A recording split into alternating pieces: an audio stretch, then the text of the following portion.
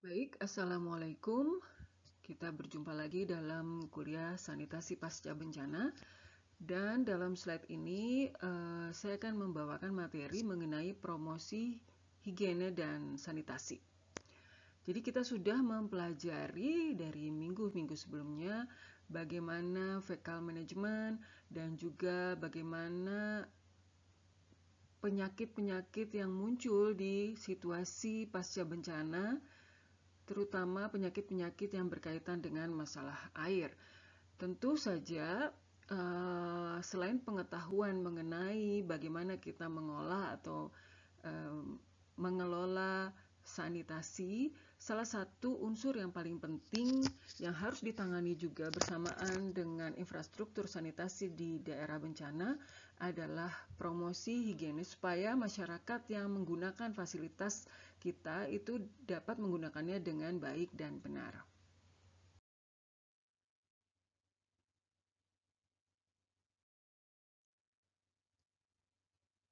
Ya, perilaku higiene dan sanitasi yang penting itu berkaitan misalnya dengan masalah pembuangan tinja.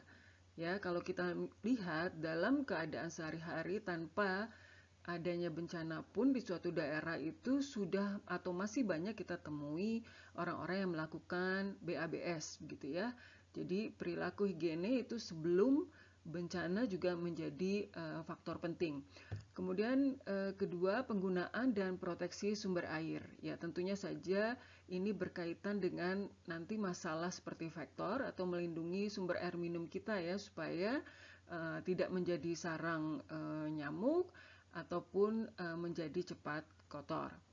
Kemudian tiga, air dan higiene pribadi ya. Dan ini kita juga masih dalam sehari-hari pun masih banyak masalah. Kemudian higiene makanan ya, ini terutama berkaitan dengan faktor seperti lalat dan bagaimana kita menyiapkan makanan ya yang harusnya dengan mencuci tangan sebelumnya, kemudian menggunakan piring yang bersih atau alat makan yang bersih, yang ini juga kita masih punya masalah. Dan terakhir adalah higiene domestik dan lingkungannya, itu berkaitan dengan ketersediaan air dan air limbah. Ya, promosi higiene sendiri adalah istilah yang biasa digunakan untuk menggambarkan cakupan strategi yang bertujuan untuk meningkatkan perilaku higiene seseorang dan mencegah terjadinya pencemaran penyakit. Nah, target utama dari promosi ini adalah supaya masyarakat yang terdampak ya itu dapat menggunakan dan merawat fasilitas sanitasi dengan tepat. Kemudian mereka juga melakukan pembuangan tinja yang aman. Karena apalagi di daerah bencana, dengan pembuangan tinja yang tidak aman, itu pada akhirnya akan menyebabkan masalah bagi masyarakat yang berada di sekitarnya. Kemudian ketiga, perilaku untuk selalu cuci tangan, terutama setelah buang air besar dan sebelum menyiapkan makanan. Keempat, target lainnya adalah bagaimana menggunakan dan menyimpan air minum yang benar dan tepat. Serta lima, bagaimana mengontrol lalat, nyamuk, serta faktor-faktor penyakit lainnya. Nah, ini kita lihat ya, termasuk juga pada saat COVID-19 ya, seperti sekarang ini ya. Bagaimana cuci tangan pakai sabun dengan air mengalir itu terus digaungkan ya.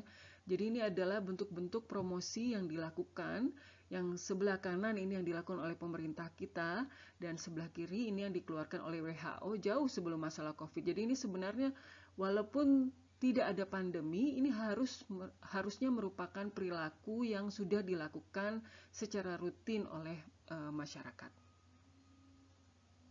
Nah, kalau Anda perhatikan di sini, mungkin ada pesan yang kadang sering terlupa untuk masyarakat Indonesia ya.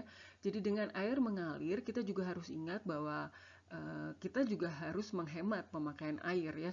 Jadi cara pertama itu adalah basahi tangan ya dengan air mengalir boleh ya, dengan air mengalir terutama. Kemudian kita cuci tangan dengan sabun ya, gosok-gosok sesuai dengan aturan sampai semua bagian tangan itu betul-betul selesai digosok gitu ya dan tercover oleh sabun. Kemudian karena sabun juga punya butuh waktu kontak ya seperti yang pernah kalian pelajari pada saat mikrobiologi air ya, praktikum mikrobiologi air.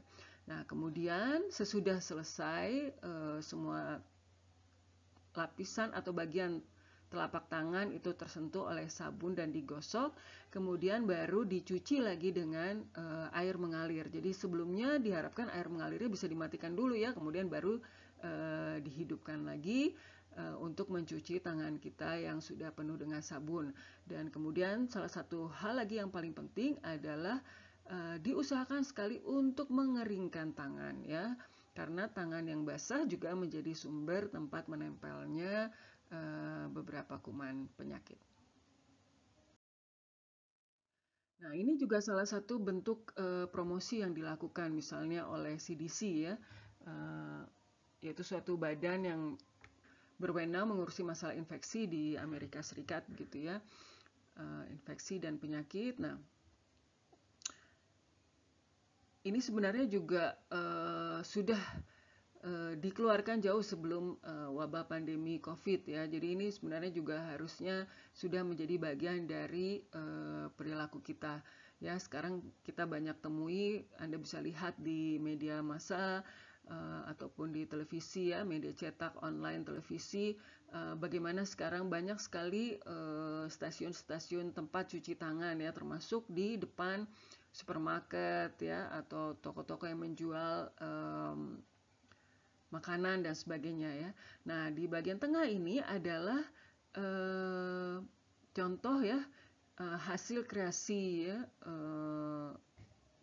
warga negara Indonesia, hasil kreasi warga negara Indonesia untuk membuat tempat cuci tangan tanpa harus menyentuh begitu ya, karena memang takutnya sentuhan itulah yang sempat memindahkan virus atau kuman ke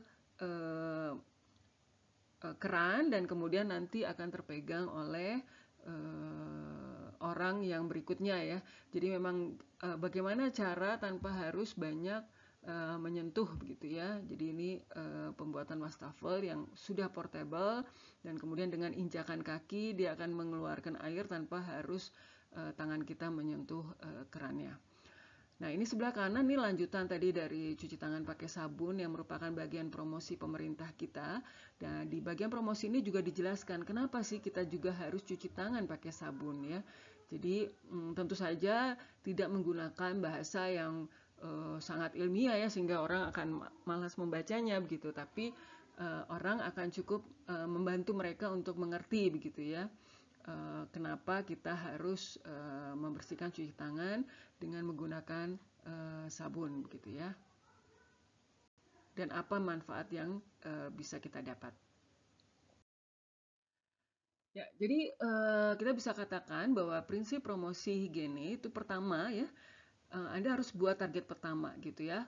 Target pertama itu adalah praktek perilaku ya. Perilaku yang difokuskan atau betul-betul mengarah pada pengurangan secara langsung penyebaran penyakit. Jadi kita lihat situasinya ya.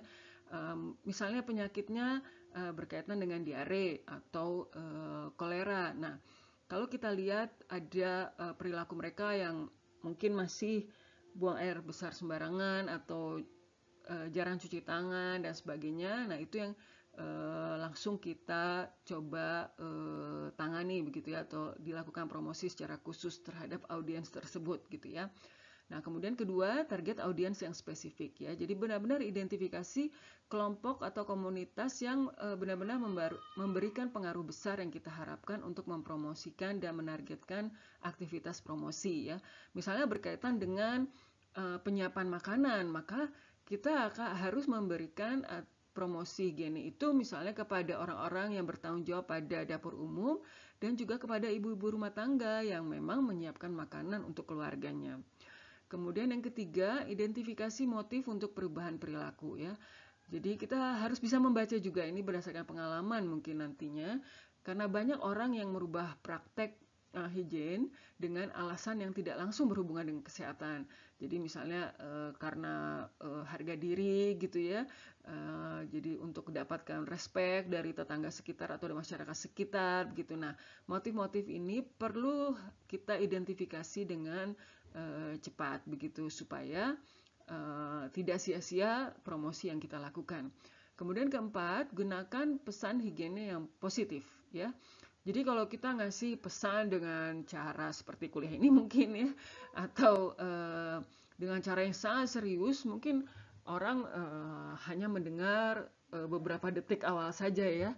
Tapi kalau kita memberikan pesan dengan cara tidak menggurui dan tidak menakut-nakuti ya, dengan cara santai dan lucu, itu mungkin akan lebih masuk pesan kita kepada audiens ya. Ini di sebelah kanan ini adalah contoh drama begitu ya, drama komedi dari Aceh ya. Ini Anda bisa nonton ya, walaupun tidak mengerti, tapi mungkin Anda bisa mengerti pesannya ya, begitu ya, walaupun tidak mengerti bahasanya. Ya, jadi memang drama komedi ini sangat terkenal di daerah Istimewa Aceh, dan kemudian dimintai bantuan oleh Palang Merah, UNICEF, dan banyak lembaga lain untuk membuat muatan drama yang membawa pesan promosi higiene, dan dianggap sangat sukses pada tahun 2008 ya. Kemudian yang kelima adalah identifikasi cara terbaik untuk berkomunikasi ya. Jadi pengalaman menunjukkan bahwa saluran komunikasi yang memang sudah ada dan secara tradisional sudah ada di daerah tersebut itu jauh lebih efektif dibanding kita membuat saluran komunikasi yang baru gitu ya. Kemudian 6, gunakan saluran komunikasi yang berbeda-beda namun efektif dari segi biaya. Jadi untuk memastikan bahwa pesan-pesan kita itu sampai ke masyarakat, kita jangan hanya mengandalkan satu metode komunikasi ya. Walaupun tentu saja dengan menggunakan berbagai saluran komunikasi, kita juga harus memperhatikan masalah biaya gitu ya. Kemudian ketujuh, berhati-hatilah dalam merencanakan, mengeksekusi, memonitor, dan mengevaluasi, karena promosi higiene efektif adalah spesifik untuk komunitas tertentu ya. Program didesain untuk memenuhi standar dan kebutuhan komunitas tertentu. Jadi satu komunitas dengan komunitas lain walaupun berdekatan tapi punya keunikan yang berbeda begitu ya, itu sudah pasti promosinya juga harus disampaikan dengan cara berbeda ya. Jadi perencanaan, monitoring, dan evaluasi aktivitas yang baik akan menjamin keberhasilan. Oh ya, sebelum lupa, karena kalian juga sudah belajar mengenai fecal sludge management, nah ini ada catatan khusus ya untuk tinja anak-anak ya. Jadi ini juga bisa menjadi bagian dari promosi higiene ya. Jadi koleksi tinja anak yang tepat itu sangat penting ya, karena kita tidak bisa mengatur anak-anak untuk buang air di tempat tertentu begitu ya, apalagi kalau masih batita atau balita ya. Jadi mereka bisa melakukan itu tanpa pandang bulu dan tidak peduli di mana saja. Apalagi di daerah bencana mungkin tidak tersedia popok yang bisa mereka pakai begitu ya.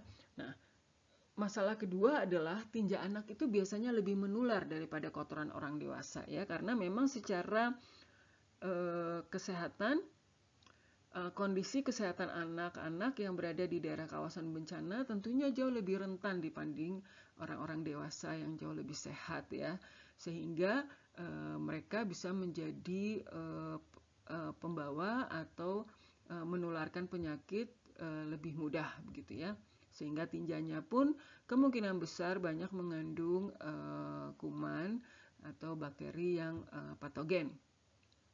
Nah, ini pilihan-pilihan berikut yang bisa digunakan untuk mengumpulkan kotoran anak. Jadi pertama menggunakan popok ya. Nah, ini mungkin adalah salah satu bentuk respon pertama di daerah bencana yang penduduknya banyak terdapat anak-anak ya. Ini mungkin bantuan yang perlu kita pertimbangkan dengan sangat ya. Karena dengan begini mereka bisa terkontrol buang air besarnya dan tidak sembarangan di mana saja begitu ya. Apalagi kalau sudah ada diare begitu ya, tentu akan jauh lebih susah, dan ini membahayakan satu komunitas pengungsi begitu ya.